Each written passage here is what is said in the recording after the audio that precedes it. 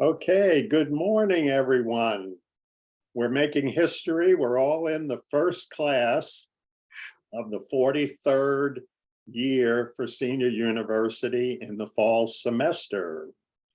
And Pat Poindexter was first one in class today, so we're working on an appropriate prize for Pat. Also, I hope you noticed that the Suga tree has branched out and has more leaves on it now, thanks to John Culpepper's artwork. And so a good way to start the 43rd year. Of course, during the class, we recommend you stay on speaker view and stop your video to help with the Zoom bandwidth. We're starting to do announcements again, and we want to thank all of our instructors for making this semester possible, and for all our members who are here from across the pond and in other states. So we're looking forward to a great semester. This next Wednesday, the 28th, the curriculum committee will be meeting to finalize the winter semester, as well as working on the spring semester. So if you have any ideas, especially in the spring, we're working on another potpourri class. So if you have a thought on what would be a good one class topic, please send that in to Suga. Or if you're in person, you can join the curriculum meeting on the 28th.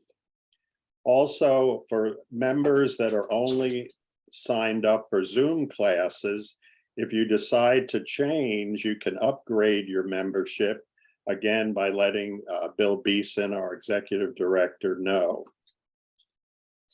Okay, well, today we have one of our great instructors, Sal DePasquale. He had a career as a security analyst and consultant working on security and criminal justice issues. Sal has been engaged in volunteer programs with OLLI, the Osher Lifelong Learning Institute, both at Emory and Kennesaw, teaching classes on history.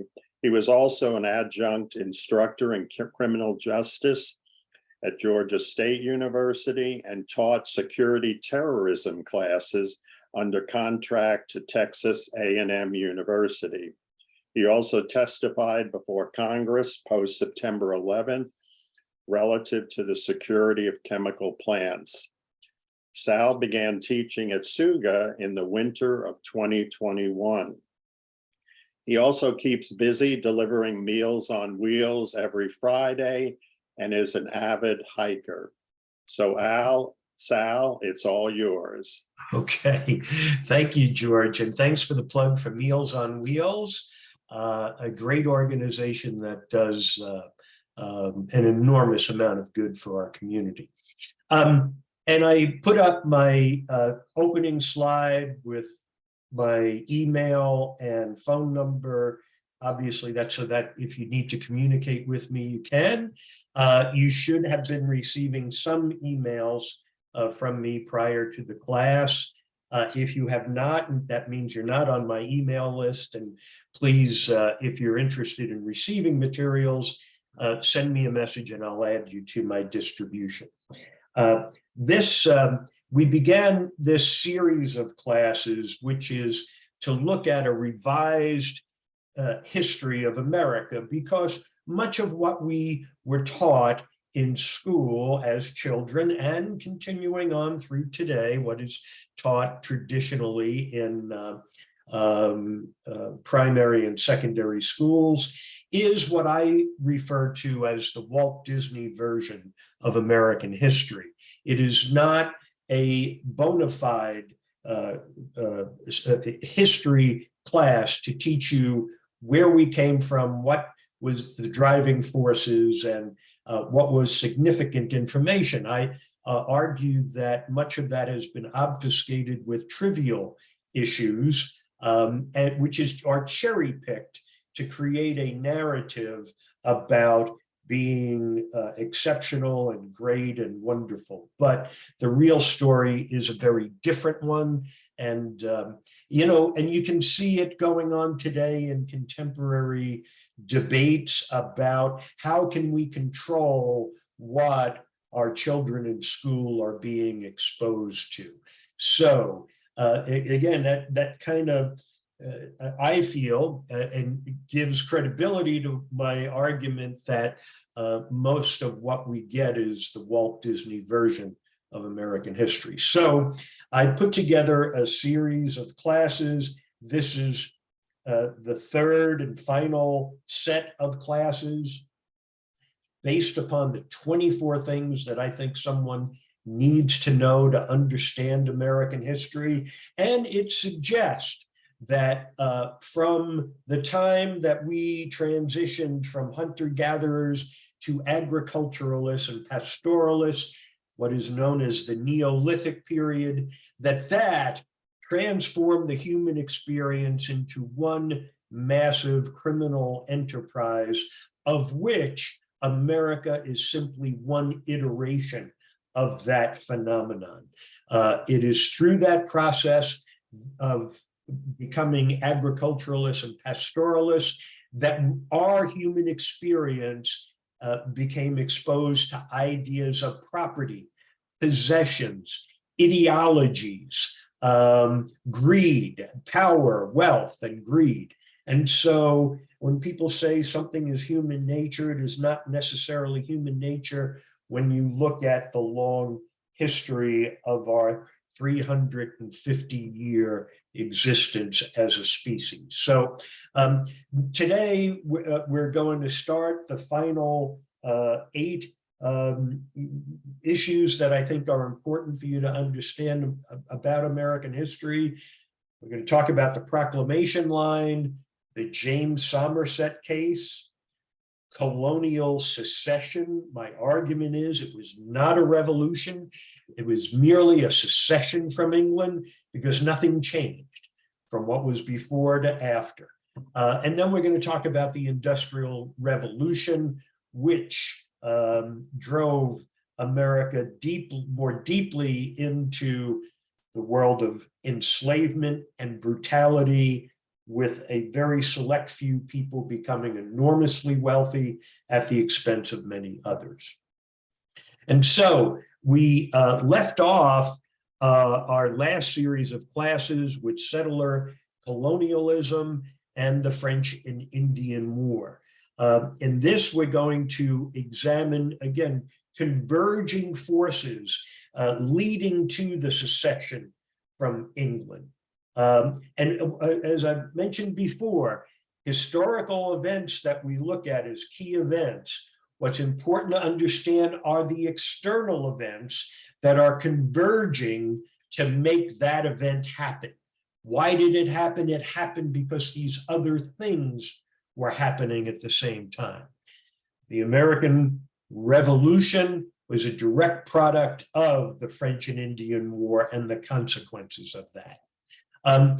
And we are, the story we've been told is that the revolution was a product of English tyranny and taxation. I'm arguing that that is not so, that the French-Indian War prompted England to create the Proclamation Line, and that became a driving force for revolution, secession, coupled with the James Somerset case, a case in England that threatened slavery. At the end, the British are pushed aside as the Industrial Revolution, which is led by England, is gaining steam. That is an intended pun because steam became a critical element of the Industrial Revolution. And what's important to understand is that as England is pursuing the Industrial Revolution, there are bigger issues for England to deal with than the American colonies. The American colonies were not at the top of their list. And in fact, that may be one of the reasons why the rebels were able to prevail against the British, because the British were tied up in other things. And so the traditional narrative that we have is about England encroaching on the freedoms of colonists. They had imposed taxes that were illegal taxes. They said, England, you can tax, you can't tax us internally. You can't have a stamp tax and stuff like that. But what you can have are external taxes, tariffs on things being shipped overseas or imported. Didn't matter, whatever taxes were imposed, that was going to be used as an excuse for why they had to rebel. The argument that again, the traditional narrative is that the fiercely independent colonists, with freedom, liberty, and justice flowing in their veins, fought for freedom. And we're told that the Declaration of Independence represents the heart and the soul of American freedom. I argued that the revolution is based upon the proclamation line, the reticence of England in getting into more fights with the Indians and taking their lands, which was imperative for those colonists. They had to kill Indians, remove them from the lands, and then be able to extract resources from those lands. The James Somerset case, in conjunction with the proclamation line, posed a threat to slavery in North America, and that threat was something they could not live with. We're also, there was tremendous fear about slave rebellions, which had been taking place in the West Indies. England, mind you, is starting to stretch out into China and India and Africa. And so its biggest moneymaker is in the West Indies. It's being stretched too thin. So they talk about arming some slaves to be able to fight against those rebellions. And that sets off major fears amongst the colonists. England is engaged in a worldwide war against the Dutch, the Spanish, the French, and that becomes a problem. So slave rebellions in the United States, the myth has been that slaves were contented, and that kind of, it preserved the sense of the South's peculiar institution, that it was not inhuman, that it was really a altruistic experience. They provided the parental guidance for these inferior people, and that's so it wasn't as bad as everyone thought it was. However, it's important to understand that there are estimates of the total number of slavery revolts indicating that they were not contented, but by the time of the Civil War was that there were more than 250 uprisings or attempted uprisings. So there's a great fear of slave uprisings, which becomes an important factor for those who are leading the secession, because there's two agendas. There's the agenda of those who are the leaders, the ones who are getting wealthy by stealing Indian lands, killing Indians, and using slaves to extract resources that made them wealthy. They had their agenda. The second agenda is the one that is used to promote the masses into fighting against England and separating. Mind you, the colonies were all independent. They were not connected with each other in any way. They had resentments towards each other. And so they could not coalesce in this fight unless there was a fear of Black people and a fear of Indians that the leaders could agitate to then compel them to join together in a fight against England. Evidence for consideration is that the colonists became wealthy by taking their Indian lands. Mind you, George Washington, at the time, he is one of the top 50 richest people in the world because of the lands that he owned throughout the Ohio River Valley, like West Virginia. You know, I mean, that was it. The wealthy people, Jefferson and others, these were land speculators. Ben Franklin, Patrick Henry. This is how they got wealthy. And they were able to extrapolate those resources from the land by using what began with white indentured slaves, followed by natives who were enslaved, and Africans purchased in the African slave trade. And the lands that they happened to be taking were some of the most fertile on the planet, with topsoil going 40 feet deep. The proclamation line that came after the French and Indian War became a constraint on the colonists from taking more Indian lands. The proclamation line, very important. England had spent a lot of money fighting Indians, didn't want to spend any more. James Somerset threatened that whole slave apparatus, which then threatened the people of power, of wealth and power. And slave rebellions were formidable before the American Revolution. And so let's take a look at, let me get to my, hang on, let me come out of that. Let me stop that share for a second, get to the right one here.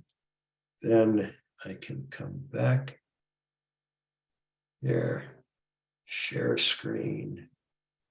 Here we go, share that.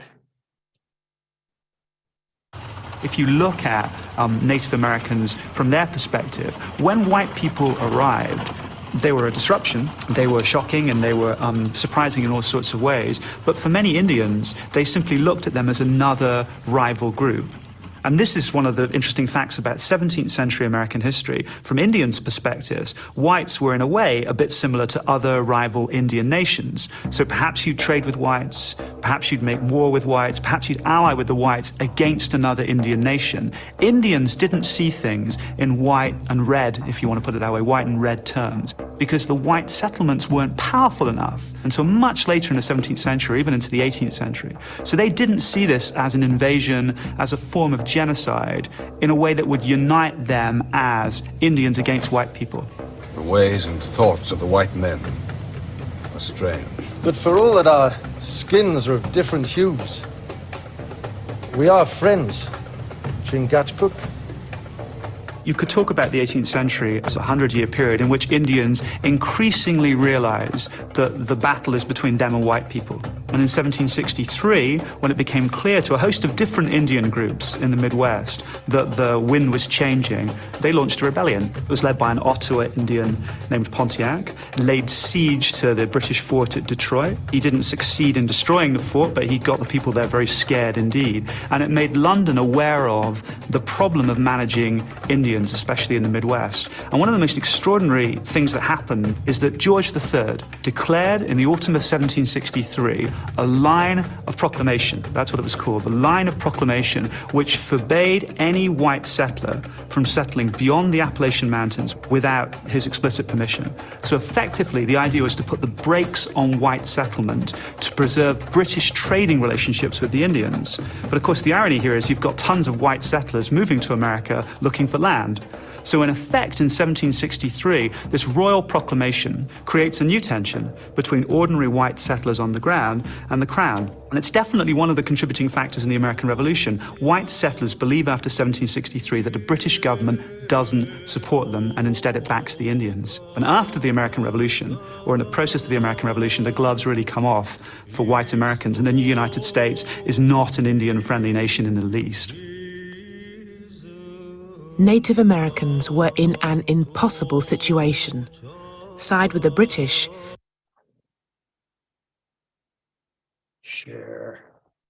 Let me get over here for just a second. Take that down so that we can come back to there. And I'm here. Okay, so the French Indian War cost England quite a bit. They don't want to get into another expensive fight with the French and the Indians.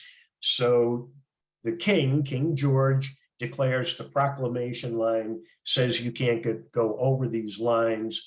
And it's, you know, for George Washington says that won't stand. And so he continues surveying lands in the Ohio River Valley that he plans to purchase at auction when this proclamation line silliness dissipates. And so for the leaders of the colonists, they are, this is a huge antagonism, but for them, this will not stand.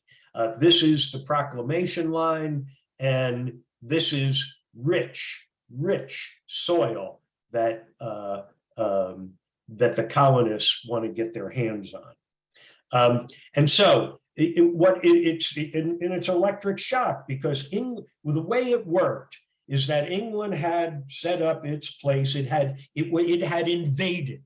We are invaders. We remain occupiers of lands that were invaded by Europeans, taken from the Native Americans who had migrated here from Siberia 20,000 years ago. And so what happened is they invade, they say this is ours. When they did, they then took those lands, carved them up into parcels, and then auctioned them off and to what were speculators. And the speculators would further subdivide it and sell it off. That's how they got rich. They auctioned the land to speculators.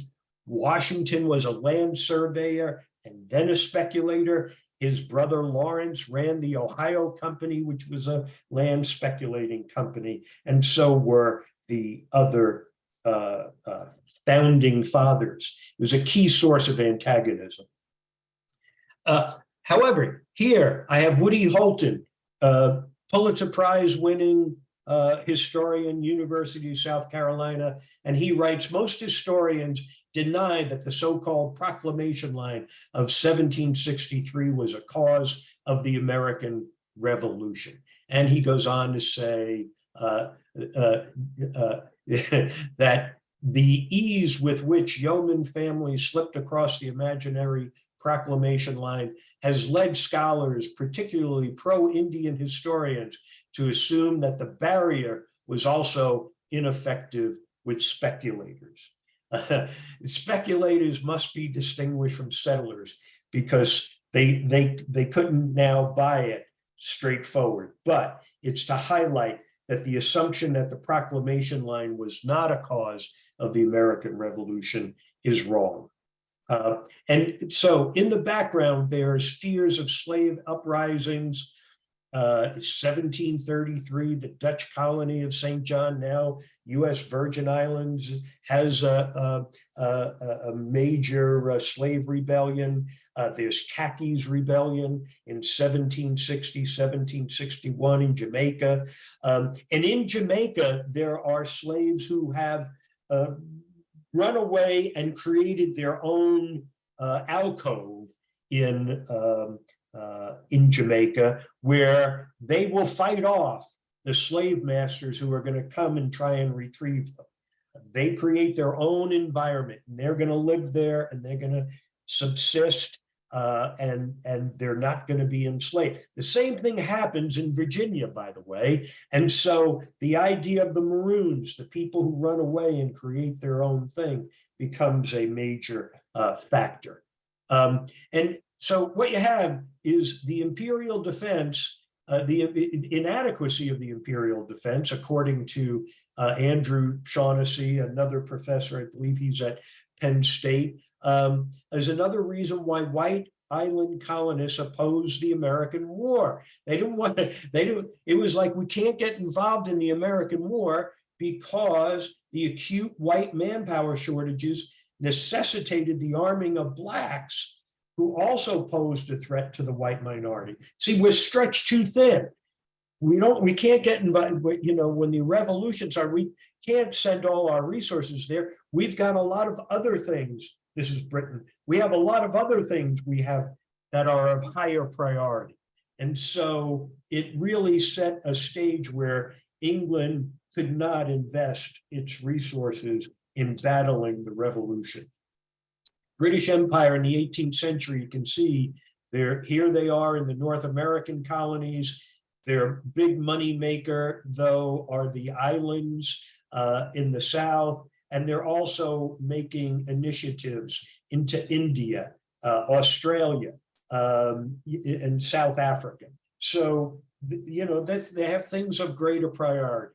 And in the PowerPoint, I've put, many of those who are fighting for the sugar trade and that kind of stuff. So if you want to read more about those wars, you can simply click on them and they'll bring up the details of those rebellions and fights that were going on. The Barbados is the major moneymaker. And as people have said, if you ask the king, what's more important, Barbados or the North American colonies, the king would automatically respond, Barbados is of much greater importance. And this is another list of rebellions, again, that if you are interested in them, you can click on them and read about the different cases. Here in North America,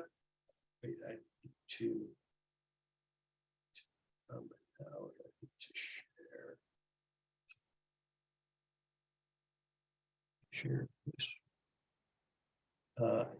In the North American colonies, we have what is the Stono River Rebellion. And by the way, this is at the heart of the Second Amendment, because the Second Amendment was about arming a militia that could be drawn from the population to put down slave rebellions.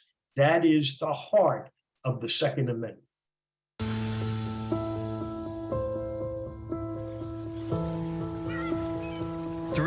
Miles north of Fort Mose, just outside of Charleston, runs the Stono River. When word of the fort reached this place, it inspired one of the biggest slave revolts in the history of the British colonies.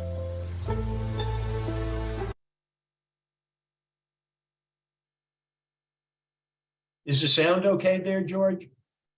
Yes. Okay.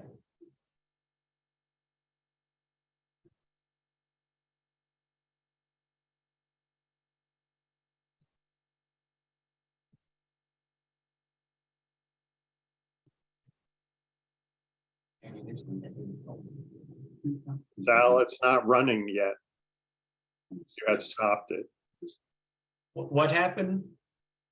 It's frozen. It's not running. Okay, then let me try another route here.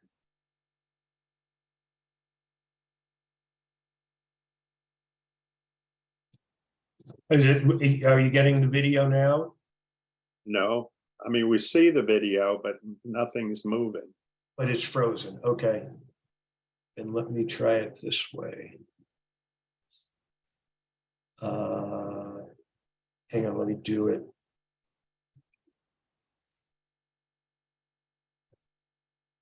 To here. Escape that.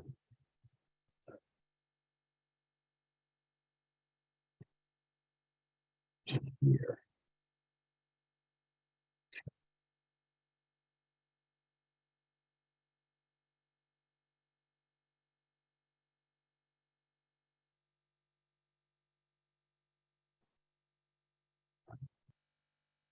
And you see 1739, George? Yes.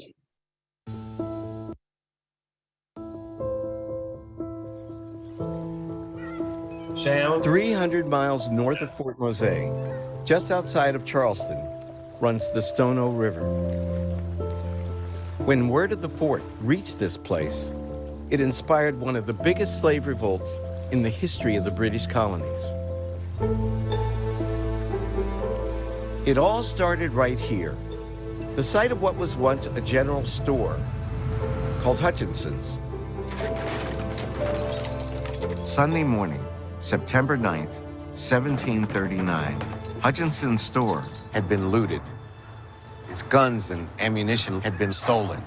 2 shopkeepers lay dead, their severed heads lying on the steps of the store. Plantations on either side of the river were burning. An army was on the move, an African army.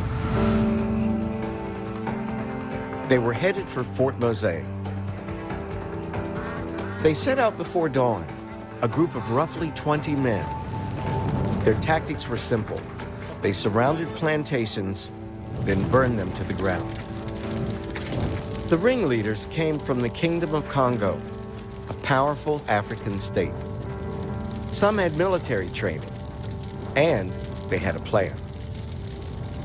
Slaves marched over to Pon Road, which was a road that, if you took it south, it would take you down into Georgia, down into Savannah, and ultimately all the way down to Florida. They were beating drums. Now, the beating of the drums is terribly important because that shows us that they were attempting to draw other Africans into their midst. By afternoon, the rebel army had grown to nearly 100, and they kept moving south along what today is this highway, which still leads from South Carolina to Florida. But they didn't make it. Just 20 miles outside of Charleston, an armed militia caught up with them in a clearing in these woods. The survivors faced a gruesome fate. A number of the people who were captured, they'd be beheaded. Beheaded? They would be beheaded by the militiamen, and as was a usual practice during the time period, their severed heads were placed on top of posts along the highway. So right along here, Yes. we would have seen the heads Yes. of these rebels. Yes, that's right. And that was meant to instill fear and to teach a lesson to all who observe, to try to discourage people from rebelling. This must have been the planters' worst nightmare. It was. Absolutely. I mean, worse than their worst nightmare. They Yes. couldn't imagine that these Congo Africans knew anything about guns and ammunition. That's right. That's right. That's right. Absolutely right. This was the worst insurrection to occur in 18th century British colonial North America. And what is so important to understand is that at the time when they were drafting the Constitution, what they wanted was assurance that they would still be able to have a militia to put down slave rebellions. And they wanted to ensure that people would have weapons to be able to put down slave rebellions. It's really very important if you're going to think about the Second Amendment, because understand there's a difference between the West Indies and the North American colonies. The West Indies did not want to create their own security force to control their slaves. They wanted the British Army to do it. They even appropriated money in their budgets to be able to pay Britain to send troops to put down slave rebellions. The people in the West Indies were like, we're going to come here and get rich, then we're going to get the hell out of here. We're going to take our money and we're going to go. And they eventually do and go to South Carolina is what happens with many of them, but that's their intent. The North American colonists, however, are, no, we're not going anywhere. We're going to be here. We want to create our own protective edifice. And that meant the militia. And it's a protective edifice that needs to be armed. And when it came to the Constitution, they hammered Madison. We have to have a way to control our slaves. That is the heart of the Second Amendment. And if anybody wants some books to read about that, I have plenty of references. Now, the other part is the French Revolution. Let's take a look at that.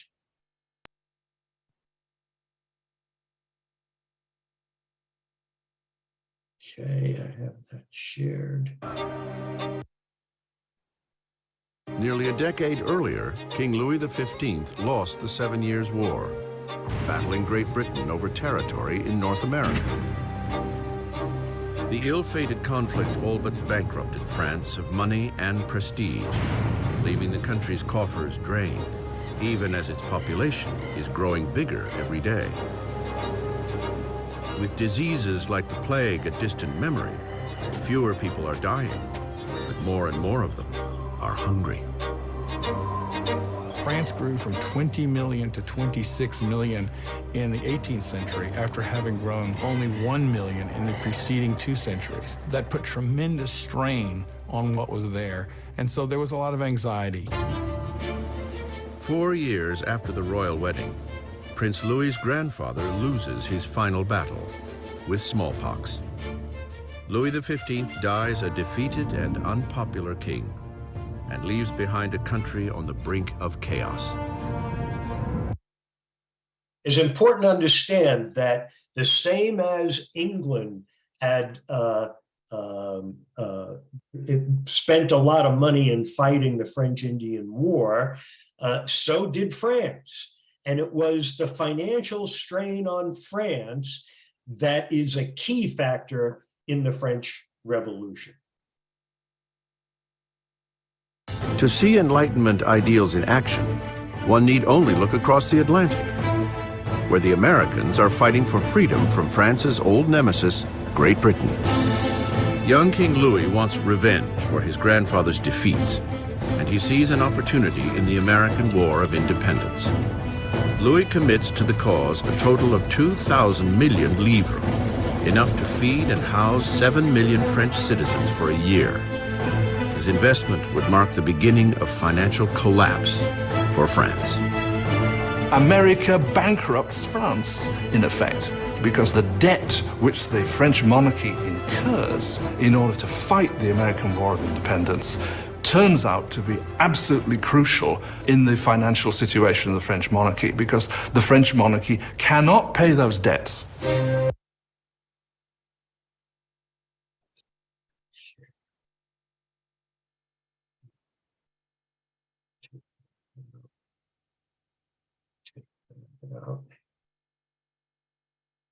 Here, share. Yeah.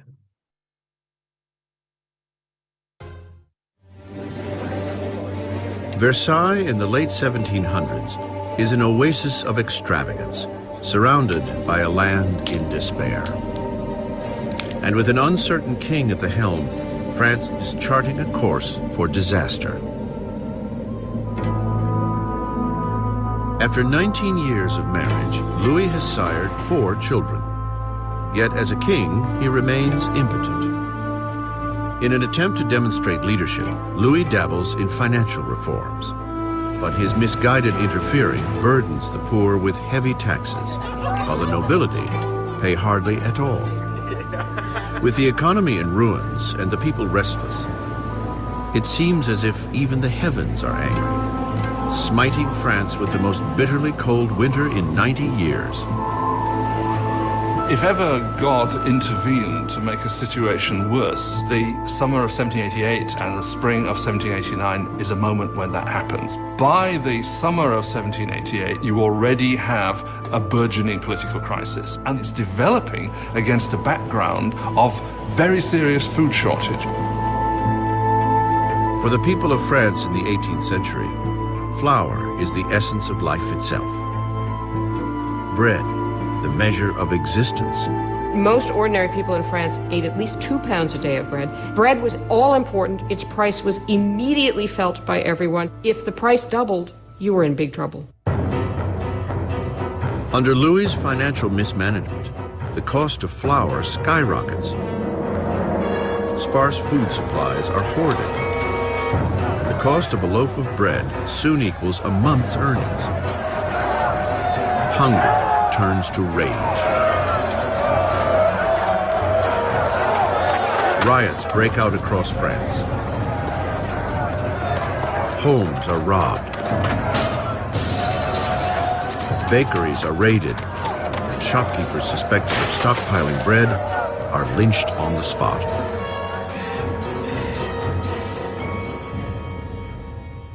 With the economy in shambles, the banks force Louis to hire a finance minister, Jacques Necker.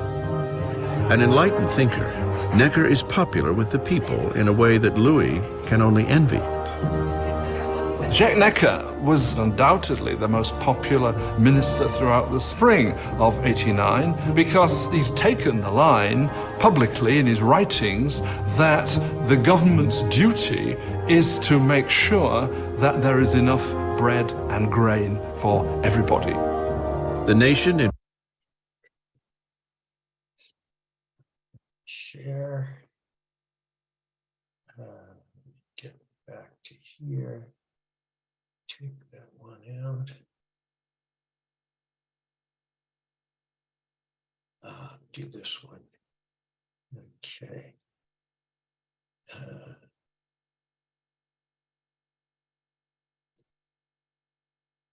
And so, to here. And so what we have is the French Revolution is a product of the French and Indian War. And what happens is that the French Revolution, which is, we're destitute, we're out of food, we are being bullied by those in power, it becomes inspiration for one of France's colonies, Haiti.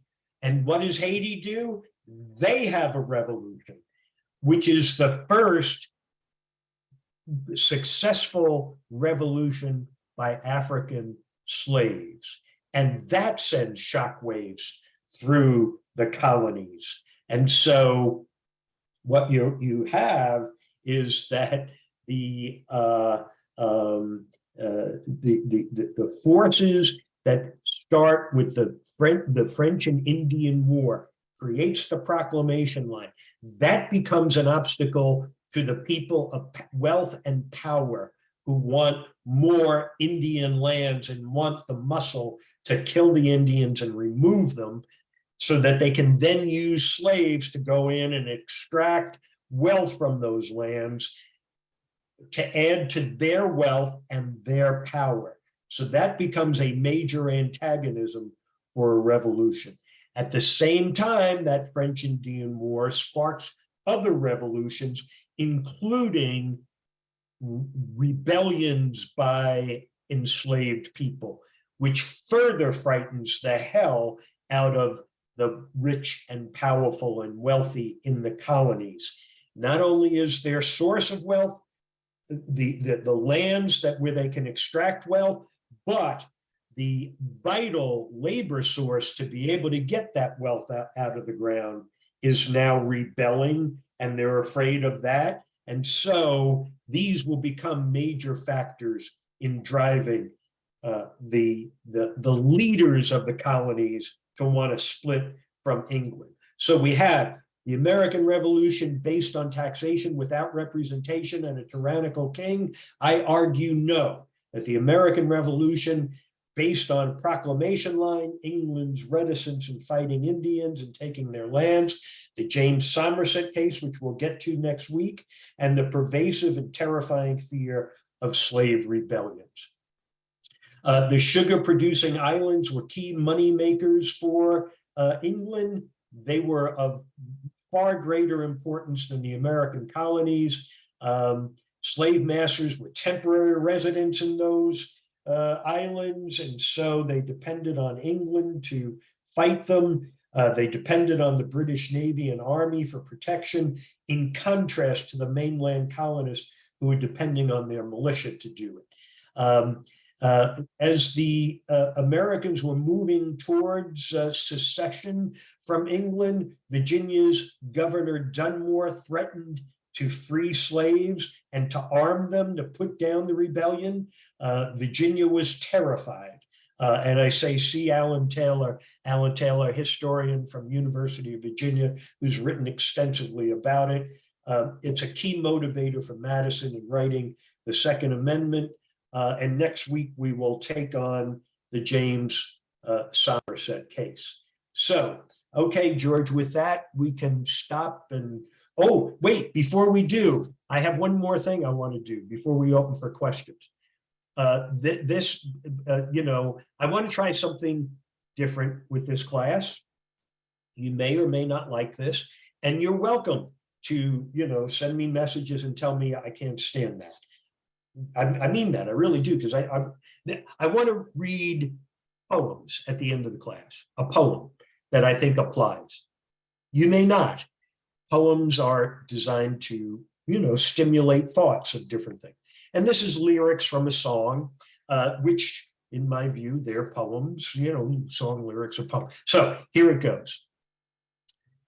Standing in line, marking time, waiting for the welfare dime, because they can't buy a job. The man in the silk suit hurries by as he catches the poor old lady's eyes. Just for fun, he says, get a job. It's just the way it is. Some things will never change. That's just the way it is. But don't you believe them? Said, hey, little boy, you can't go where others go because you don't look like they do. Said, hey, old man, how can you stand to think that way? Did you really think about it before you made the rules? He said, son, that's just the way it is. Some things will never change. That's just the way it is. But don't you believe them? Well, they passed a law in '64 to give those who ain't got a little more. But it only goes so far, because the law don't change another's mind. When all it sees at the hiring time is the line on the color bar. That's just the way it is. Some things will never change. That's just the way it is. That's just the way it is. Okay, George, now we can open for discussion. All right. Well, Sal, I'm sure a lot of people are thinking as I was. I hope you'll send that poem to us on the next email that you send out. Now, in the past, we've asked you to go to gallery view for questions, but we've changed now. We want you to stay in speaker view, turn your videos on, and use the raise the hand function or chat if you can figure how to do raise the hand. And this way you'll be able to see Sal as well as the questioner. So we're open now for any questions.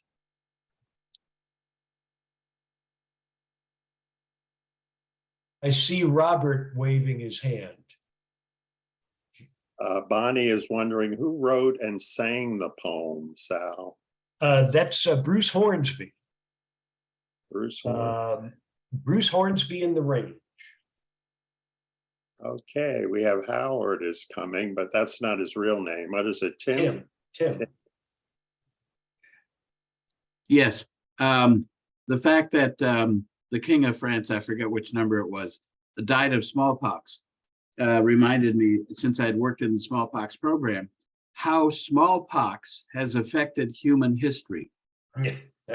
George Washington had his troops immunized, vaccinated against smallpox, because the English didn't, and many of them got smallpox and died as a result. So I just wanted to add that as a element to history. Well, it's interesting.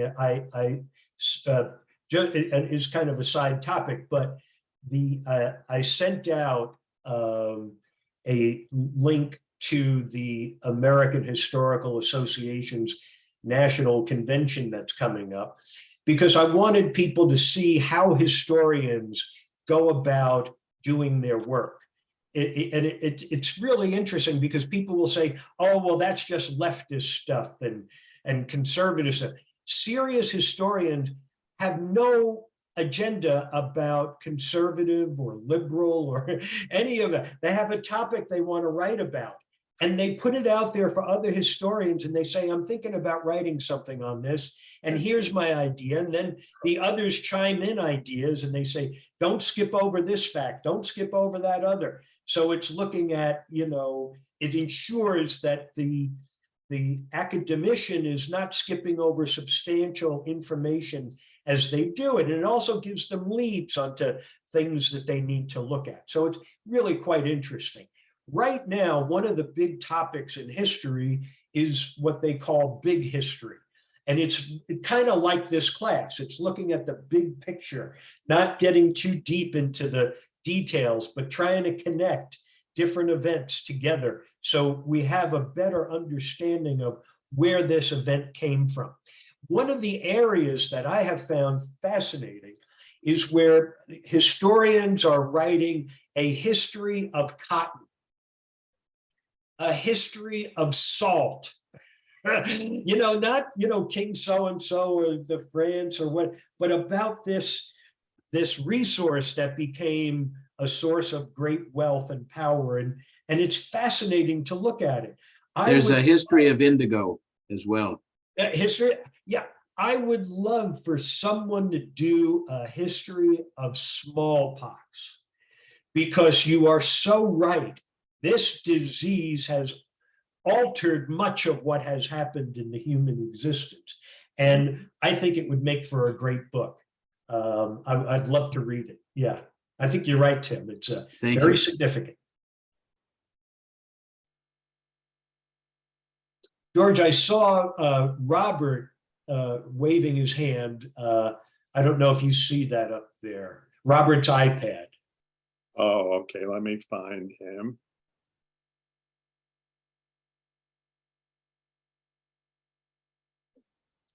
Okay, I've asked him to unmute.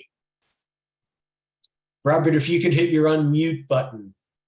There you go. Okay. I had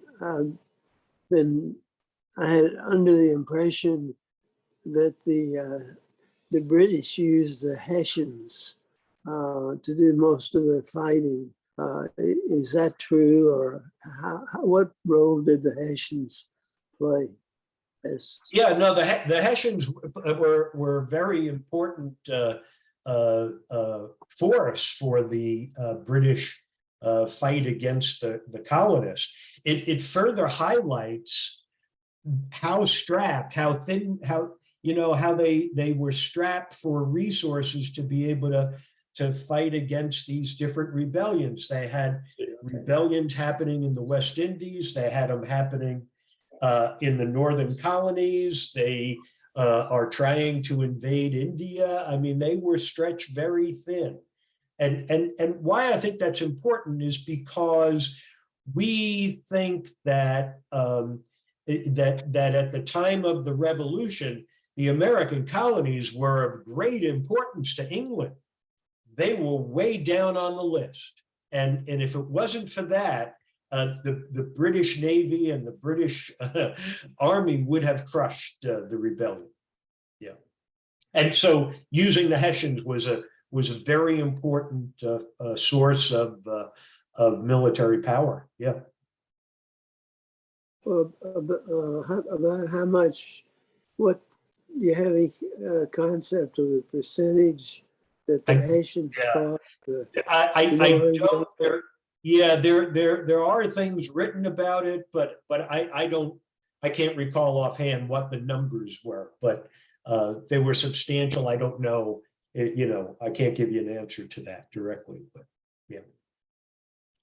Okay, Nancy. Well, you were talking about a book on the history of smallpox, and that would be very interesting. I'd love to read that myself because I've always been interested in the history of diseases. And there have been several books on the plague and the history of the plague and its effects on everybody. But I did read one recently. It was an online book, can't remember the name, but I'm sure it could be Googled, about syphilis. Syphilis was really a major deal in this colonization thing.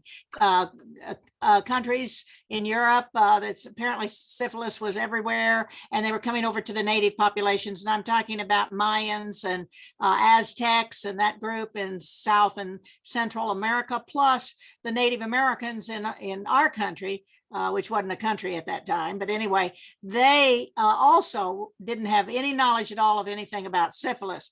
And syphilis is really a killer disease. And according to this book that I read, it was really devastating. It swept everywhere. Yeah, no, I think you're right. I think histories about diseases would be fascinating. I would be cautious about people from the medical world doing that history because they get very much down into the micro level where I think for it to be followed, you need a more bigger picture discussion, right? Margita. Hi, Margita. Hey, good morning. Sal, that poem sounded very pessimistic to me. And would you have expected anything else from me? I think you're getting worse.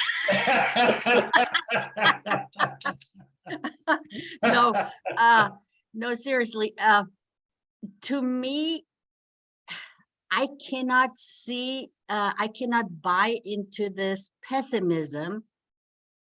I believe that change is always possible, as hard as it can be, if enough good people making sacrifices and doing the right thing. And also historically, on what data are you basing this poem that when you go for a job interview, everything is just the color line? I do not think that's true anymore. So I would say that factually, it's not quite right. Things have changed quite a bit. Also, okay, it used to be that the glass was all empty and perhaps it's more than a little half full, right? And I'm saying half full and you're saying half empty. But I believe that the glass can be filled and I do not see it to be empty. So I feel much more pessimistic than the author of this poem. And what I see from around me, I don't think it's factually correct at this point in time that those who still buy into racism, et cetera, they're really the minority. They're not the majority. All right. Well, no, I can appreciate that. And but let me, in defense of the poem, let me point out one of the very critical lines in the poem. Ah, but don't you believe them? The poet is saying, that's just the way it is. That's just the way it is. Ah, but don't you believe them? So there's a counterbalance there. Yeah. I would say that, the data on, the job situation and what happens with, minorities, people of color, that kind of thing.